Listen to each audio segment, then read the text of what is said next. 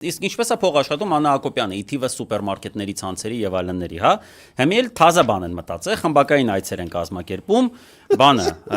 հաջողակ ընտանիքներ։ Այն ժամանակ հիշում եք, հաջողակ տղամարդիկ էր, հիմա դարձել է հաջողակ ընտանիքների հետ ընթրիք եւ ուրեմն նայեք սրանց մաթեմ է, էլի, արա ես sense դեգեներատներ չեմ տեսել, ուրեմն, արա մարքեթինգից այս տիպի հերու, ուրեմն նա ինչ են արել։ Մի հոգին արժի 1 միլիոն դրամ, բայց հետո գործում է ճկուն զեղչային համակարգ, ուրեմն ինչ ասում, 1 հոգին արժի 1 միլիոն դրամ, 2 հոգին 1.5, 3 հոգին 2.5, 4 հոգին 3.5։ Այսինքն նայեք, եթե մի ընտանիք է, հա, օրինակ պատկերացնենք մի հաջողակ ընտանիք, հա, Նիկոլի տենց պատկերացրած հաջողակ ընտանիքը կամ էս Աննայի կամ մի խոսքով, հələ նախ սկսենք նայեք ով է խոսում հաջողակ ընտանիքներից, էլի, երկու հոգի որ սկի ամուսնացած չեն, ու ասենք մի հատ այնտեղ եթիմ ունեն ֆրֆռում ասկի չգիտի տունը ուրա ինչա, դաժե պաշտունից հետո չենք հասկանում էդի ուրա ֆրֆռում, ու այն մնացած նիպանյատնի կենթանիներ է, էլի, բայց լավ, այն փուճուրին չասեմ, բան,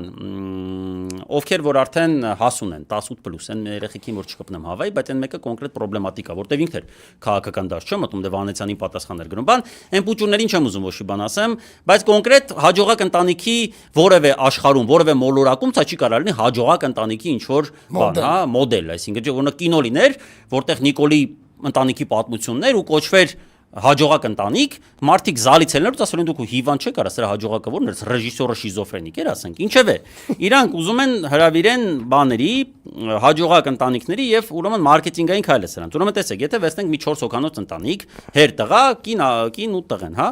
ու աղջիկը։ Պատկերացրեք, այս 4-ով ուզում են գնան մասնակցեն։ Եթե հերը տղու հետ առանձին գնա, մեր աղջկա այդ առանձին վրեքները նստելու է 3 միլիոն։ Այսինքն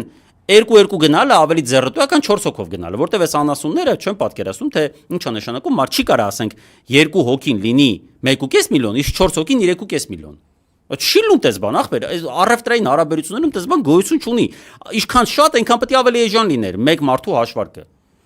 3.5 միլիոն արա այս հաջողակ ընտանիքից վերցնում եք ինչ անեք հետները, $10,000 դառնան անհաջողակ։ Դե մարդիկ բիզնես արա դե փող քերելու ձևեր պետք լինի, որ հետո արդարացնել են մնացած քերասները։